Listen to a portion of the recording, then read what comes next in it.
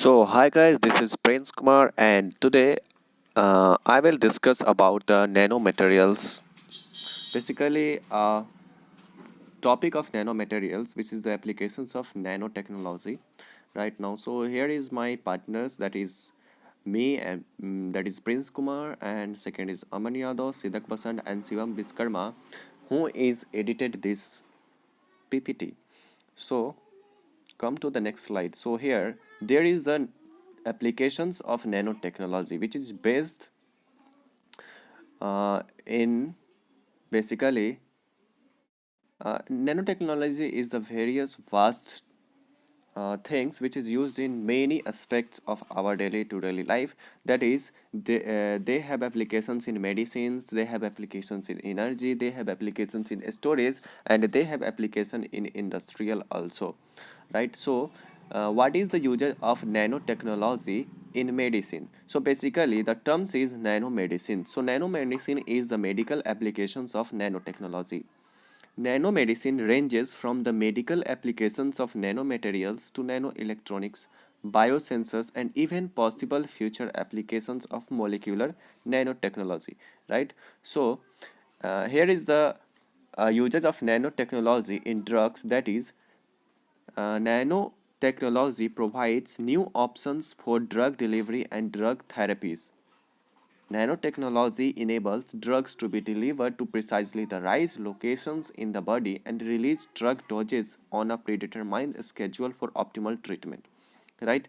So basically, nanotechnology, which is basically drugs which is manufactured by nanotechnology, they delivered precisely the dosage of drugs in a body in any locations of body on the predetermined schedule, right, for optimal treatment. Third is attach the drug to a nano-sized carrier. So basically the nanotechnology attach the drug to a nano-sized carrier so that they can easily flow into our bloods, right? They becomes localized at the digit site. Basically, nanotechnology uh, has make the drugs so uh, small, which is nano size, right? So they can localize at the digit site, that is cancer tumor, and then they release medicine that kills the tumor. Current treatment is through radiotherapy or chemotherapy. So basically the nano size drugs is uh, go through in the bloods in our bodies by radiotherapy or chemotherapy, which is basically used in the treatment of cancer right now, right? So nanobots can clear the blockage in arteries. So if there is any blockage in our blood arteries, so basically there is things that is nanobots, which is injected to our body for treatments. So the work of nanobots is to clear the blockage in our arteries, right? Okay, so how nanotechnology treats the cancer? So here is the molecular imaging and therapy, right? So here basically a person's who is suffering from cancer, which is basically a cancer diagnosis. When we inject the nano-sized drugs by syringe, then the nano-sized drugs targeting medication at the cancer's points, at the cancer cells, right? Now the homing on tumor, right? So basically when we inject the every nano sized drugs homaging on tumor, then they improved imaging, uh, uh, which is basically a type of localized therapy, right? By localized therapy they kill the cancer cell, and the persons will the in a persons the every cancer cells will dies, and the persons will be absolutely fine after the treatment. So this is basically good treatments of cancers by nanotechnology. right? Now, what is the energy applications of nanotechnology? So an important subfield of nanotechnology related to energy is nanofabrications. So what is nanofabrications? Nanofabrications is basically is the process of designing and creating devices on scales. They creating devices smaller than 100 nanometers opens many doors for the developments of new ways to capture, store, and transfer energy, right? So this is basically a nanofabrications. Now there are many uses in of nanotechnology in electronics also. So they are basically electrodes made from nanowires, which you can observe in the image, in the pictures, right? So electrodes made from nanowires enables flat panel displays to be flexible as well as thinner than current flat panel displays. So you can see in the figures, which is the first figures, that these there are panels display which is flexible as well as thinner. So nanotechnology in electronics is basically uh, make some electrodes from nanowires which enables to panel display to be flexible as well as thinner, right? And second is nanolithography is used for fabrication of chips, right? So basically nanolithography is used for fabrications for chips, right? The transistors are made of nanowires that are assembled on glass or thin films of flexible plastic. E-paper displays or sunglasses and maps on car windshields are also manufactured by nanotechnology, which is terms of electronics, right? Okay, so now what is the usage of nanotechnology in our computers? So basically, the silicon transistors in your computer may be replaced by transistors based on carbon nanotubes.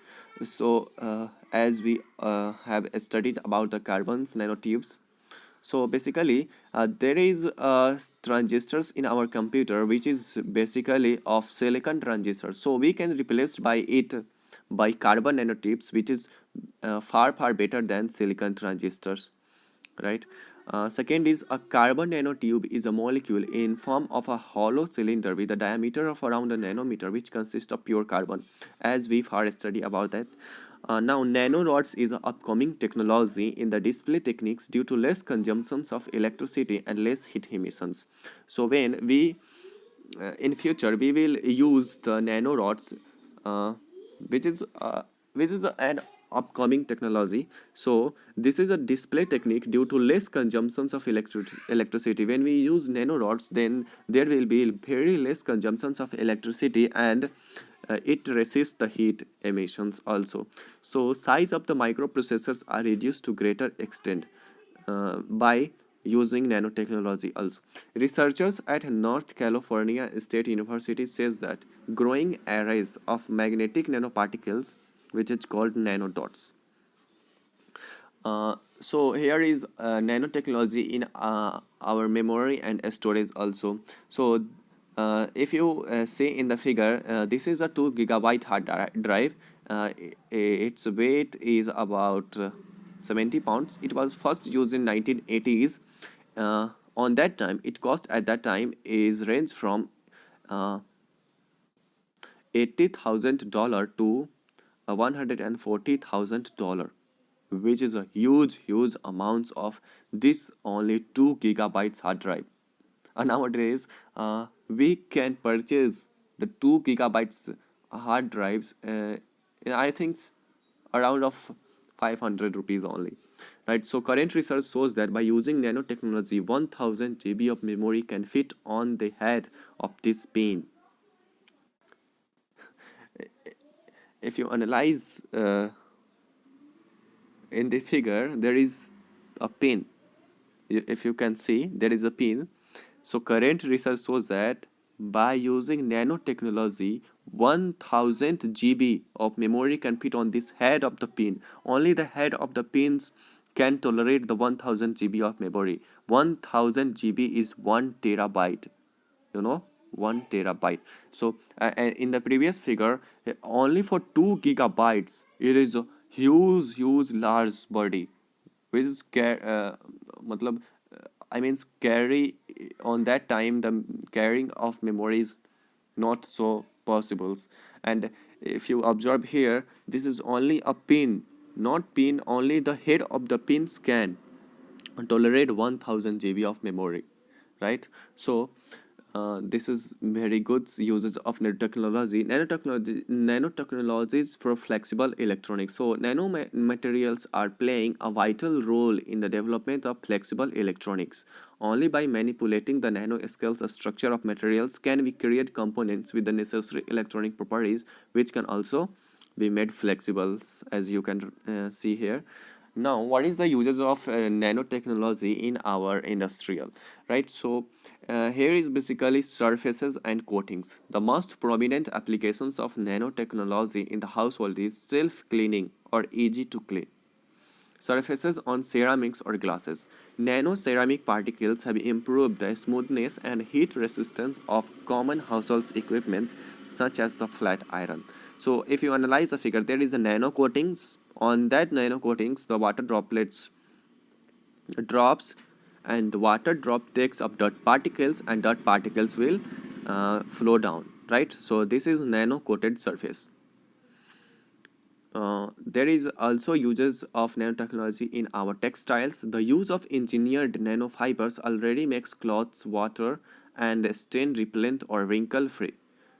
Uh, Textiles with a nanotechnological finish can be washed less frequently and at lower temperature. Nanotechnology has been used to integrate tiny carbon particles membrane and guarantee full surface protecting from electrostatic charges for the wearer. Right. So here is last but not least, there is a uses of nanotechnology in our military also. By using nanotechnology, the military would be able to create sensor system that could detect biological agent. Nanoparticles can be injected into the materials on soldiers' uniform to not only make the materials more durable but also to protect soldiers from many different dangers such as high temperatures, impacts, and chemicals also. So that's all. Thank you.